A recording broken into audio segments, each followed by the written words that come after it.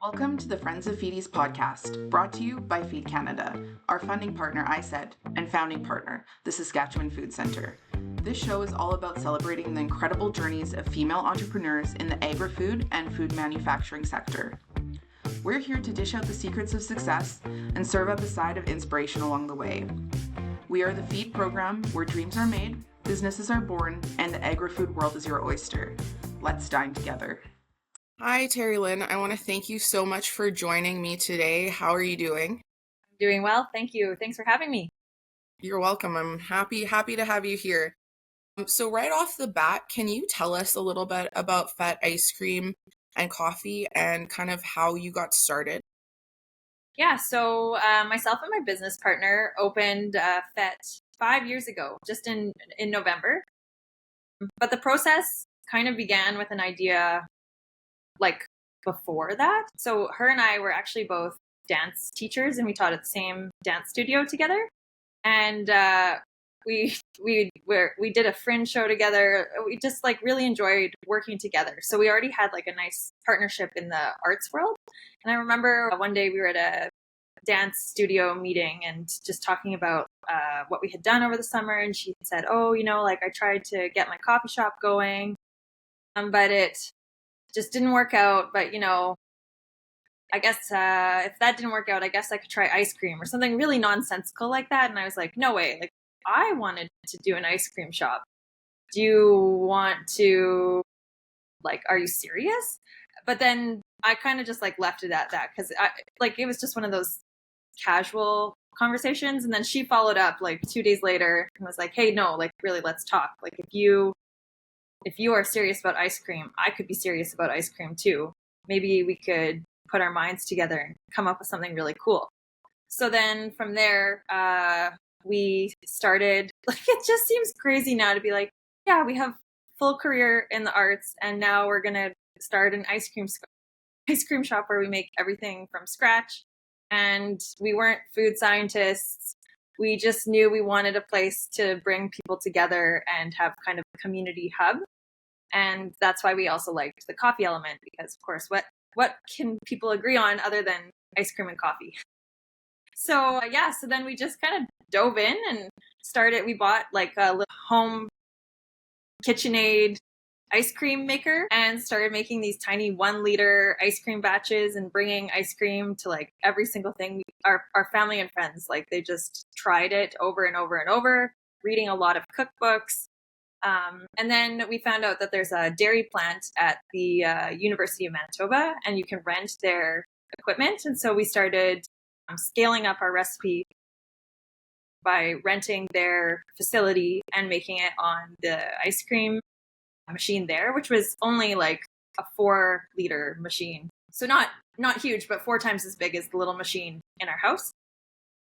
And then we would take it to the farmers market and kind of get customer feedback in the meantime. So I was kind of working on the more practical side, and then she did more of the she wrote the business plan and got the numbers and applied for grants and kind of did more of that like financial administrative stuff. And we secured a contractor. Like, we went all in. We just were like, yeah, we're doing this. We were naively optimistic, and it worked out because we were able to secure funding from the bank, and we were able to get some grants because we were like both under 30. So we got like the Young Entrepreneur Grant that existed at the time. I'm not sure if it still does.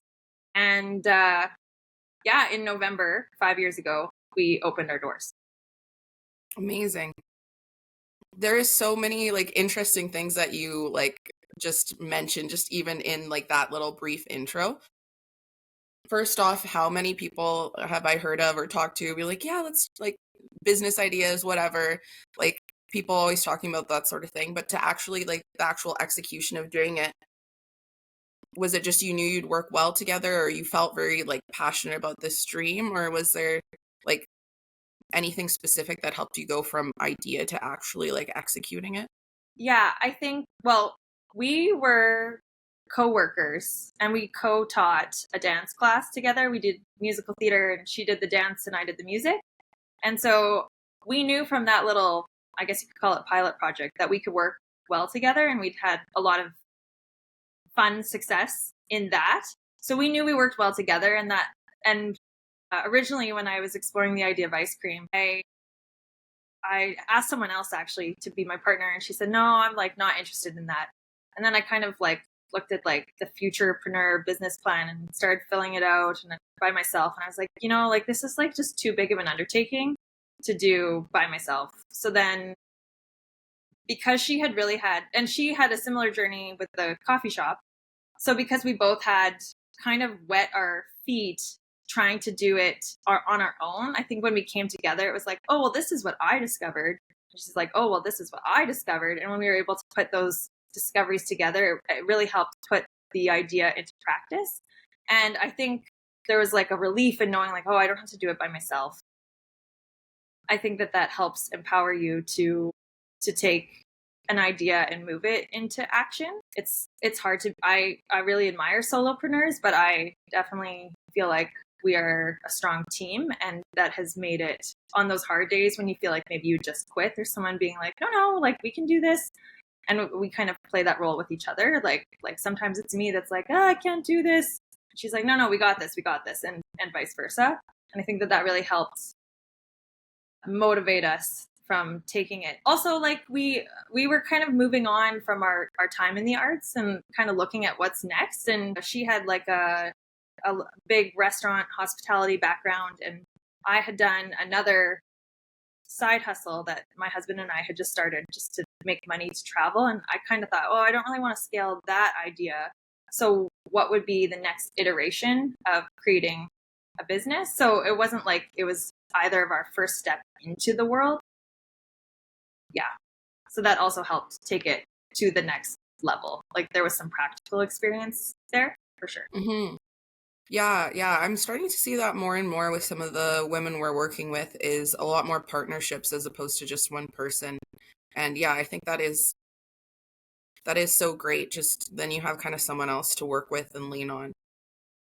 You kind of already mentioned it, just getting started, like just kind of giving us your little about and info, but can you talk a little bit more about like what you wanted to do to make your shop stand out and be a little bit different from just what was available? So again, drawing from our artistic background, we really wanted to focus on the experience. So when you walk through our doors, we hope that it's an immersive, fun, exciting experience versus like you go into a lot of ice cream shops and like they're kind of like not dark, but like fluorescent light, and just the freezer is like the only thing that you hear. And it's like a 16-year-old. We have lots of young people that work at the store, but it's like often a 16-year-old that is just kind of like, hey, it's my first job. And there's nothing wrong with that, but it's not like a premium experience. You're excited with the end result, but you don't come in and you're not like, for us, it was really important that we noticed that a lot of the like fancy ice cream shops that were kind of also potentially offering that experience tend to hide the ice cream away. And we wanted to have it full in the front so you could see it, so that we can talk about it, so it's part of that experience. We wanted the music to be fun, so when you come in you feel like, yeah, this is like a good time, this is a celebration. If you come to our store, it's bright, it's colorful, it feels fun. And we're located next to a dog park, so we have like a doggy wall of fame, so like even pets get excited about our ice cream shop. Which is really funny. We have like a very strong pet following, but that's all part of the experience. And we purposely picked our location with that in mind. It's central and it's on a nice like running and walking path, so that when you're coming, it's not just like to pick up. It can be just to pick up an ice cream, but when you step through the doors, it shouldn't just be a transaction. It should be experiential. I think that's one of our big differentiators. Yeah, that's amazing. Yeah, I love to hear that. I'm gonna kind of pivot slightly here. Just what were kind of some of the challenges that you faced, either getting started or now that you're established, and how kind of have you worked through those?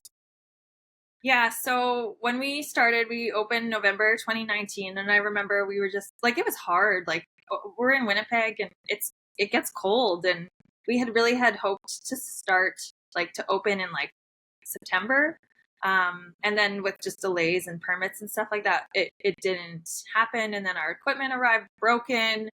And so then we like had to frantically try to figure out how to make ice cream. Like there's just a lot of logistical challenges at the beginning. So that's like kind of just a practical thing that was hard to deal with. And of course, like always securing funding when you're a non-known business is hard.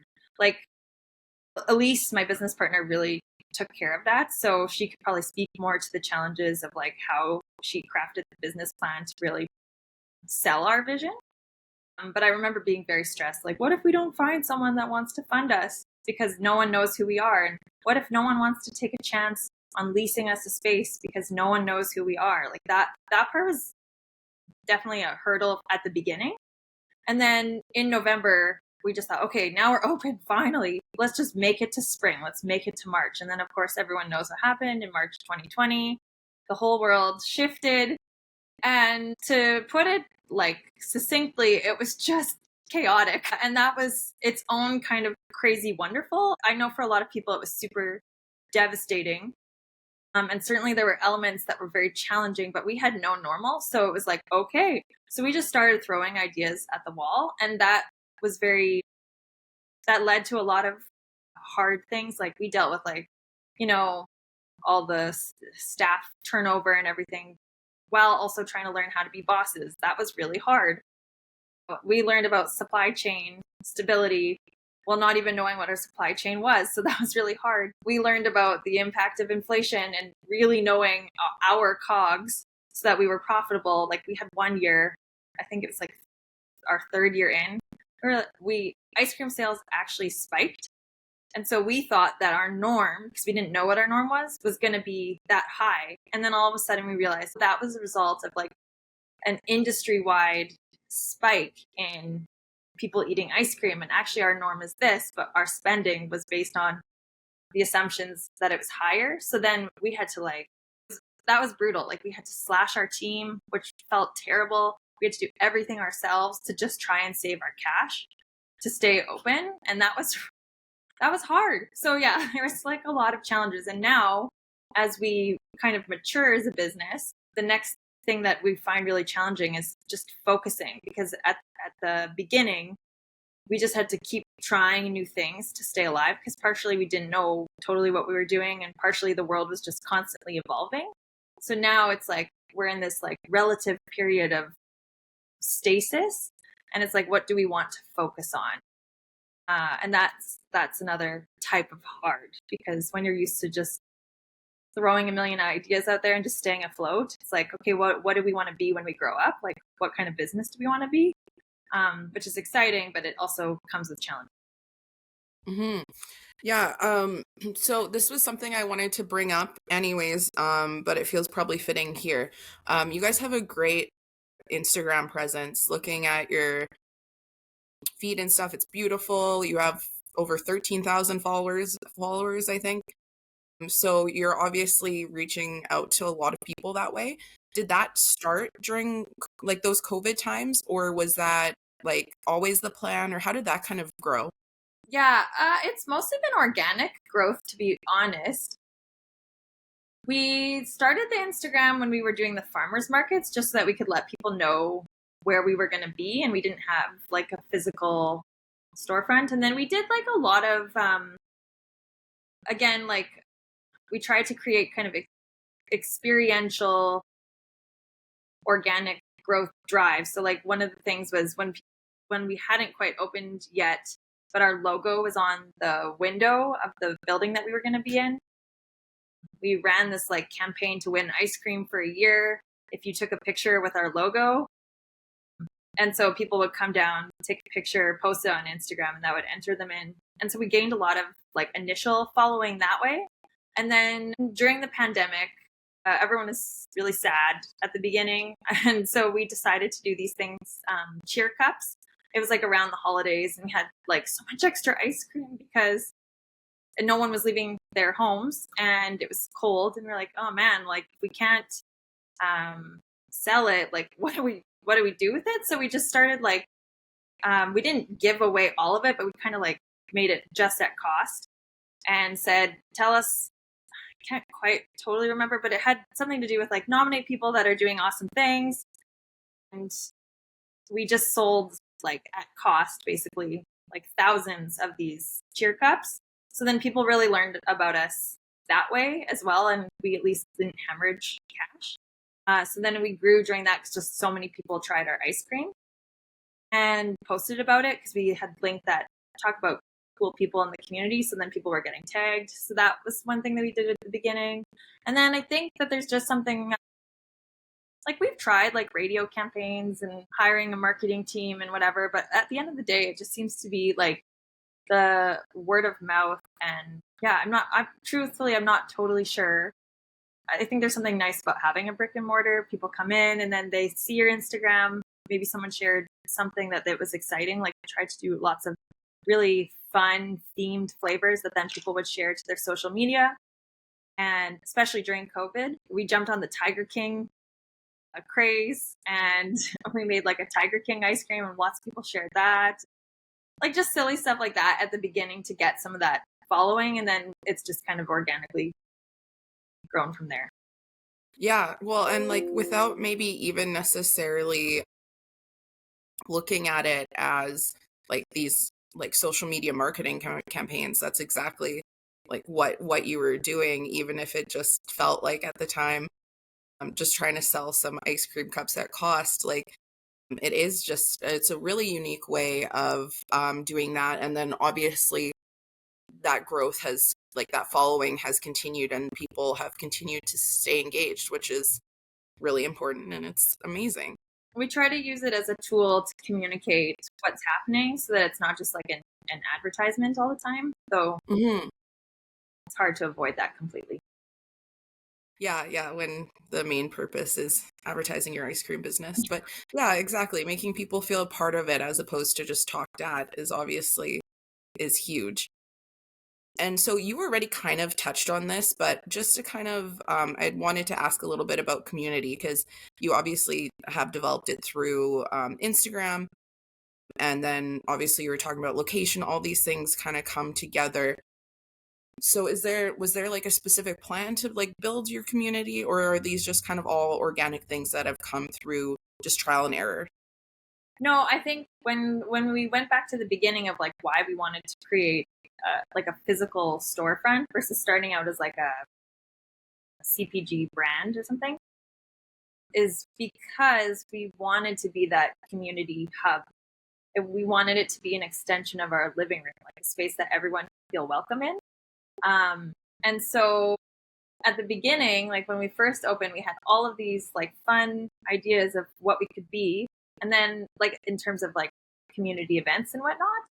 And then we really couldn't do any of them for like 3 years because we got thrown into survival mode. But we tried to engage the community in ways that we could, like during that time. It wasn't like it was totally off the radar, but it really became about like just survive, just pay the bills. And then just in this past year, we really felt like, okay, no, now there's enough mental space, for lack of a better term, to think about how, like, to go back to what we really wanted to do when we started, which was to engage our community, to be this connection place. So what would that look like? So then we hosted a bunch of run clubs this summer with another local business. That was really fun. We had like amazing turnouts every time. We had like a group bike ride. We did a junior entrepreneur market where these like 10 to 15-year-old, I think the oldest actually was 18, but 10 to 18-year-old entrepreneurs came and made like a little mini market in our shop. And people could come and shop their stuff. We did pup portraits because we have like this big doggy wall of fame, and we have just little pictures up there, but people could come with their pets and get like a fun treat for their dog and get like a nice big Polaroid portrait of their puppy. That was pretty fun. We did that a few nights. So I mean, those are just the ones I can think of offhand. And then we also have like a partnership with the Children's Rehabilitation Foundation. And I think that that's been a really great way to engage with our community the past couple of years as well, because it's not just about us, it's about giving back. And it's really fun because they really empower kids to live their fullest life. And I think that's kind of what we what we want. Like, we want the fullness of life. We want the celebration, so it's cool. Mm-hmm. Yeah, absolutely. And I mean, like, ice cream is about making, like, you feel good eating it. It's a treat. It's that thing. So yeah, that absolutely makes a ton of sense. And I want to ask you a little bit more kind of about the future and stuff. But before we do that, I don't want to forget, you guys have some really cool flavors and stuff as well. Can you tell us just a little bit about your like process for like developing flavors and kind of like where some of these ideas come from and stuff? Yeah. So at the beginning, similar to just figuring out how to run a business, we kind of just tried a lot of different flavors just while we were figuring out who our customer base really is. Like, you have an idea of who you think that they are and what they're going to like. And then as your business evolves, you kind of discover like, oh, this is my customer for real. Like, we had an idea and this is kind of the reality. And some of it was like what we thought, and other, like, we tried a lot of like, I'm going to call them fancy ice cream shop flavors. And that just, like, they're delicious, but they didn't really resonate the same way with our customer base. Like flavors, like we came up with a Dunkaroo flavor, which is like a vanilla frosting flavored ice cream with sprinkles and honey graham cookies. And we make the cookies and they're super yummy. That flavor has been like such an amazing seller for us. Whereas I'm trying to think of we did like a drink series, and we made like a root beer float with a local brewery here. That was fun. And then along with that drink series, we tried like a spicy margarita sorbet. That one was like too fancy. It didn't resonate with our customer base. There's like a few people that liked it, but it just wasn't like the right fit for our customer.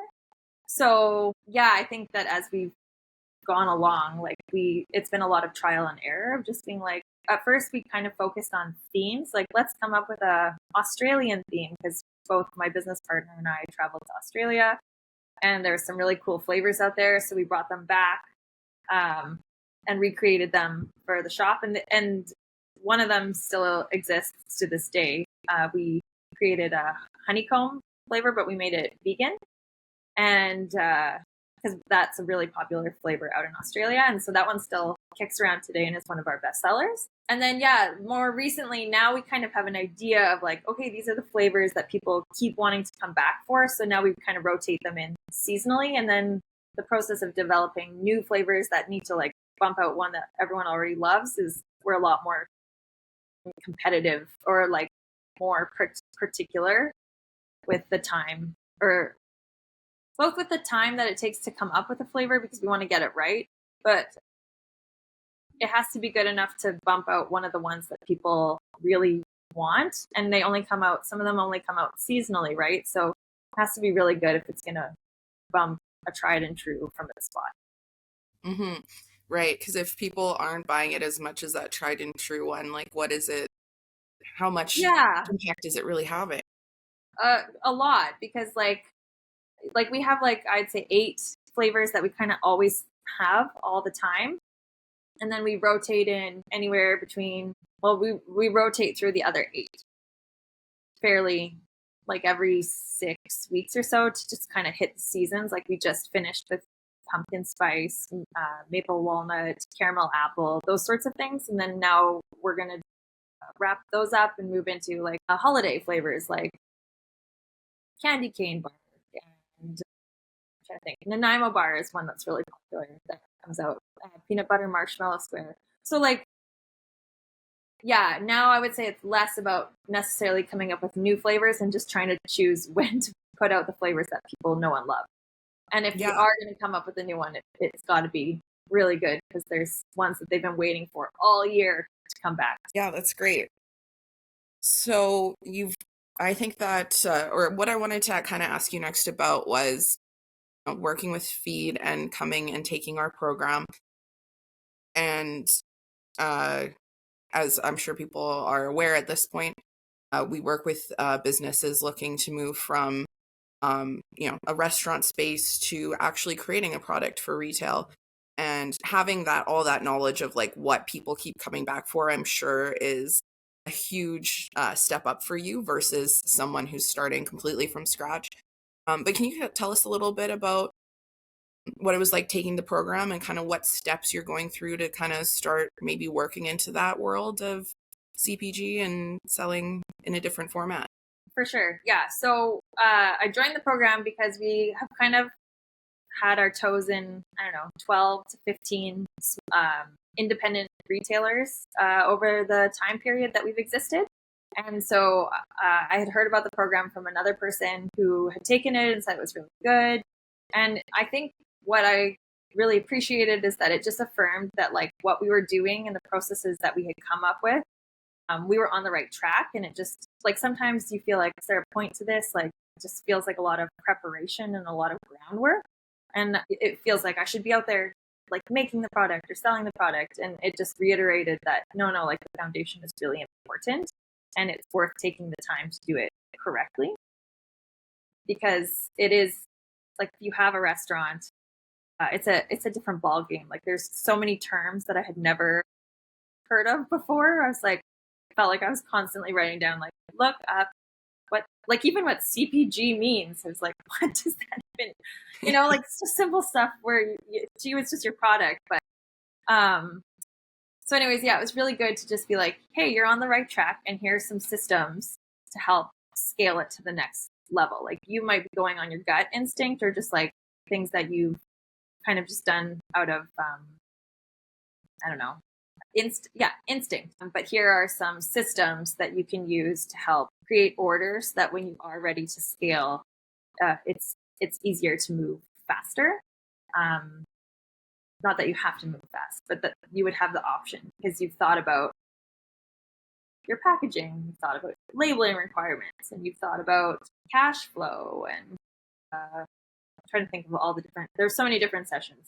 And even just like practice pitching your product and like trying to clarify like what it is exactly that you do. Like the sessions were really aimed at figuring that out. And so that was good too, because like I said, right now we're in a season of trying to figure out how to focus. And so it was good to have like a catalyst to think about a lot of these things that help you focus. Mm-hmm. Yeah, so two things. So for anyone listening who's not familiar, CPG is consumer packaged goods. And I'll be honest, I had my first job at a company that was a consumer packaged good company. And it was like day 2 or 3 where I learned what the definition of CPG was. Because it's if you haven't worked in food at all, it's not a common term, but people throw it around all the time. And you're just like, yeah, like I'll definitely figure this out. Yeah, and we try and highlight to people to remember about like, there's working in your business and there's working on your business, and those are two different pieces. And yeah, for a lot of times when you're first getting started, all you have time is to work in your business, just making the day-to-day stuff happen and stuff. But if you're really looking for that growth, you need to be working on your business and starting to plan out some of these things. So you were saying too, you're also taking another program right now and kind of looking into what the future might look like for you to potentially grow into some more stores and that sort of thing. Yeah. So through Feed, one of the guest judges for the pitch competition was Gary Hughes from Sobeys. Oh my goodness. Yeah. And after the pitch competition, I just followed up with him and I was like, hey, we want to be in Sobeys. You heard what we do. Are you interested in meeting? And he was. And so he came by our shop because he happened to be in Winnipeg, and we sat down and had a meeting. And what I learned from that meeting is that we still had like some preparation steps because dairy is a high risk category for Sobeys. And so there was just some foundational things we needed to do to get our house in order. But it was a really positive meeting. And what it helped with is getting us on both the radar of the local program at Sobeys, which was awesome, and is a goal that we are working towards in the very near future. But then through that, I got on his email mailing list, and I learned about this program through Venture Park, which is the accelerator program, which just kind of, it's like the next deep dive, like everything that we talked about in Feed, it's like, and now we're going to dig into the next level of it. It just goes, because like every session, there's so much content, and you could have like 12 hours on marketing. You know what I mean? Like that would, and still you would barely touch the surface. So I feel like now we're in this next phase of being like, okay, we felt like the feed program really helped us recognize that we had a good foundation and we're ready to start going to the next level. And then by joining this accelerator, it's like, well, how fast do we want to go is kind of the question that we're asking ourselves now. Because their aim is really to help take brands national. And we believe that our plant-based product really has the potential to go the distance, literally. It's so yummy and creamy and delicious, and it uses oats. And I think that there's just not a ton of products like that in the market. And I think it could be a great fit, not just in Manitoba. So we kind of hope that they would help us take that product to that place. Mm-hmm. Yeah, well, and first off, I'm glad that that connection of, you know, a judge in one of our programs kind of led to this next kind of stepping off point. And I mean, that's literally what we're here for, is we're just trying to help people make the connections, trying to get them facing the right direction and trying to encourage them forward. So that's super exciting to hear. And yeah, there's a lot of dairy free or like dairy alternate products that are like close but don't quite hit the mark yet. So to hear you just kind of describing yours, I'm hoping that at some point in the next year or so I'll be in Winnipeg, and I'd love to hopefully come actually taste your guys' products, because yeah, from everything I've seen online, like I'm sold. They look amazing. So Awesome. That's great. yeah. So yeah, from everything I'm hearing, like you guys are just making these amazing strides. And so there's people listening right now who maybe kind of want to be where you are. They're you 5 years ago, or they're you 3 years ago, 2 years ago. Do you have any advice for them, or anything that you could kind of share in terms of, yeah, I guess just advice?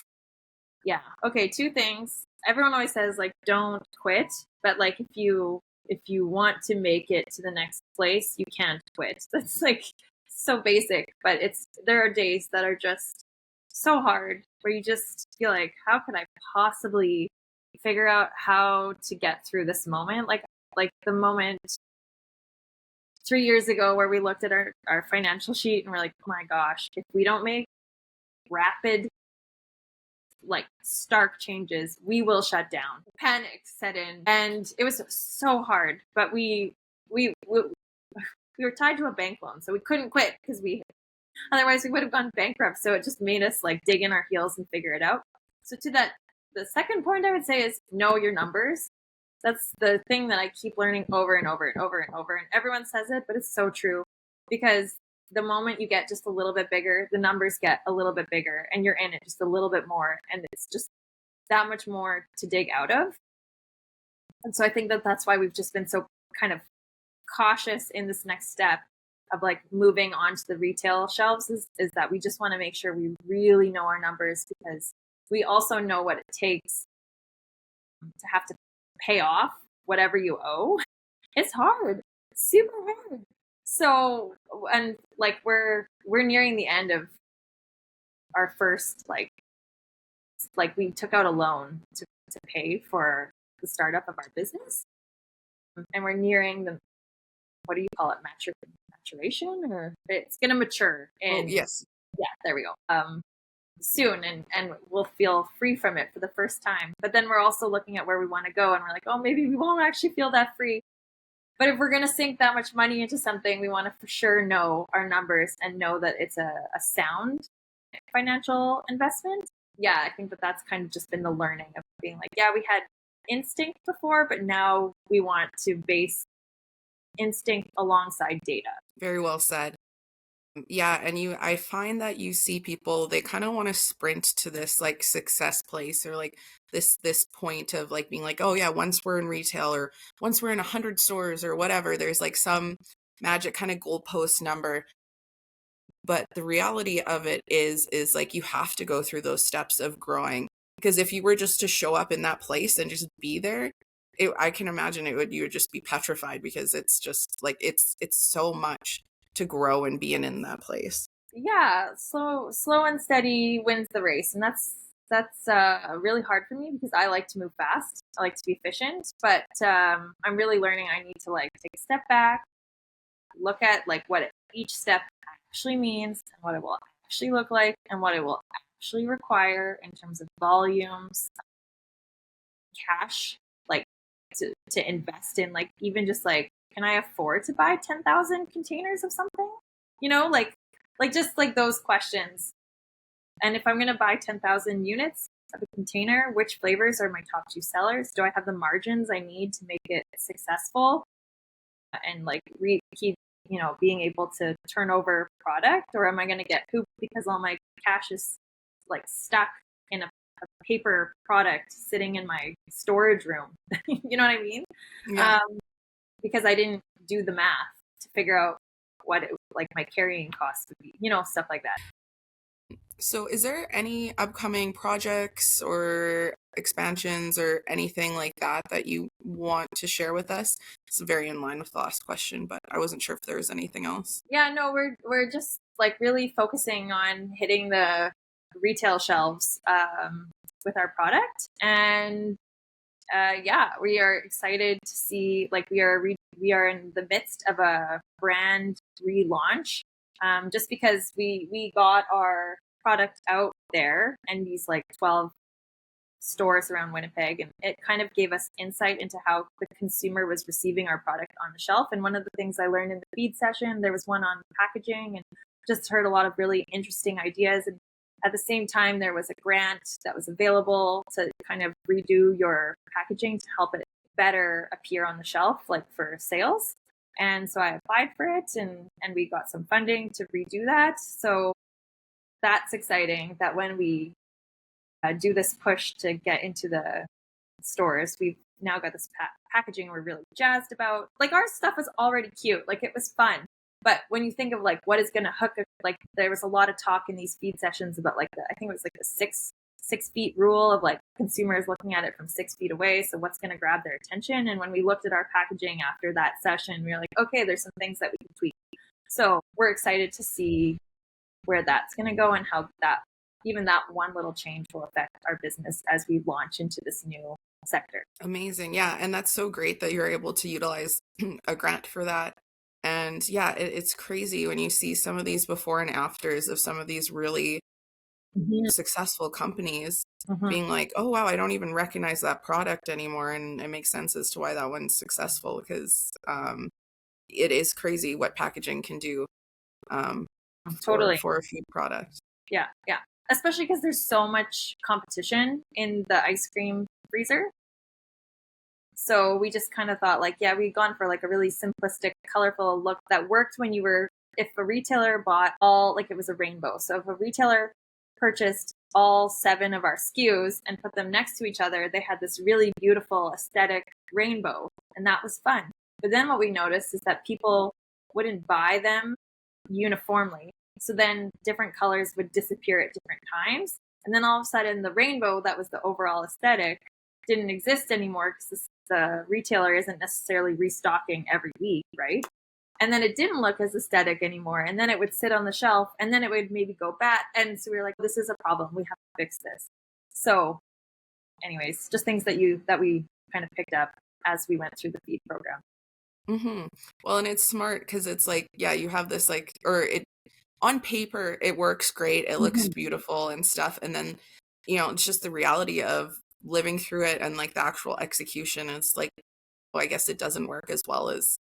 And it works in our store. Like if someone has a restaurant, it worked in our store because we would see, oh, we need more of this. Let's just restock it. So it was no issue. Our branding and like our staff know how to talk about the product. So we didn't need call outs, you know, like things that say what makes the product unique. We didn't need to put little illustrations of like strawberries. We could just, you know what I mean? Like we didn't have to do that. But then as we were looking at like our product among 7 other ice cream brands, it's like, oh, can I read that text? Like just things like that. Like what flavor is it? Like making it easier for the consumer so that they instinctively pick up your product right away. Because once it's in their hand, you've got a good shot. But if they just can't even tell what it is from far away, it's harder to sell. Yeah. Oh, and yeah, that is such a good point too. It's like in your store, you have that control, and just knowing that moving into the retail space, you lose a lot of control on a lot of those things because yeah, they're stocking it when they're stocking it. People might not they might not even notice that it's out of stock. Like there's so many more variables. So yeah, it's very interesting kind of using design to solve those problems that normally wouldn't exist just because you have people Totally. who are solving them for you every day, or Yeah, you or yourself. totally. Yeah. All right. So what challenges have you faced in the food industry, particularly as a female entrepreneur, and how have you overcame some of these challenges? Yeah. So my business partner and I, we are both parents. And I feel like one of the things that isn't necessarily touched on, because it's not for every female entrepreneur, but for us specifically, the real tug of war between your home life and your work life and trying to manage the balance of it has been like a real hard thing. Because if you're listening to this podcast, I'm assuming that you're somewhat ambitious, and so you have goals, and there's like the person that wants to shatter the ceiling, and then you get home. If you have any, it doesn't necessarily even mean that it's a kid. It could be a parent that you're caregiving for, or it could be, whatever just brings you joy outside of work. And there's a pull and a tug to that too. And I feel like that has just been the hardest thing, is that you have these goals and dreams and ambitions for your business that are about like self-fulfillment. And then you're always trying to manage your expectations for where your business should be and where you want it to be with what's possible given your home dynamic, be that children or parents or other constraints, whatever those may be. I felt like when I started the business, I didn't have kids, and I could just put all of my time and energy and resource into it, and I would just work nonstop. And we would move so fast, and it has been like such a challenge to be a parent and be like, oh, it's 3:30, I gotta go now. And I'm like, I have not even touched the surface of what I thought I would get done today, and now I have to go home, and I'm not gonna think about it till after they're in bed, and then I'm tired. And so knowing that it's like I have this real dilemma of like, oh, we're moving so slow because I'm also prioritizing another element of my life, and just like coming to terms with that could be okay. And I think that we, as women, we don't always talk about that because we want to feel like we've got it all and we can do everything. And I'm not saying you can't. I'm just saying it's hard.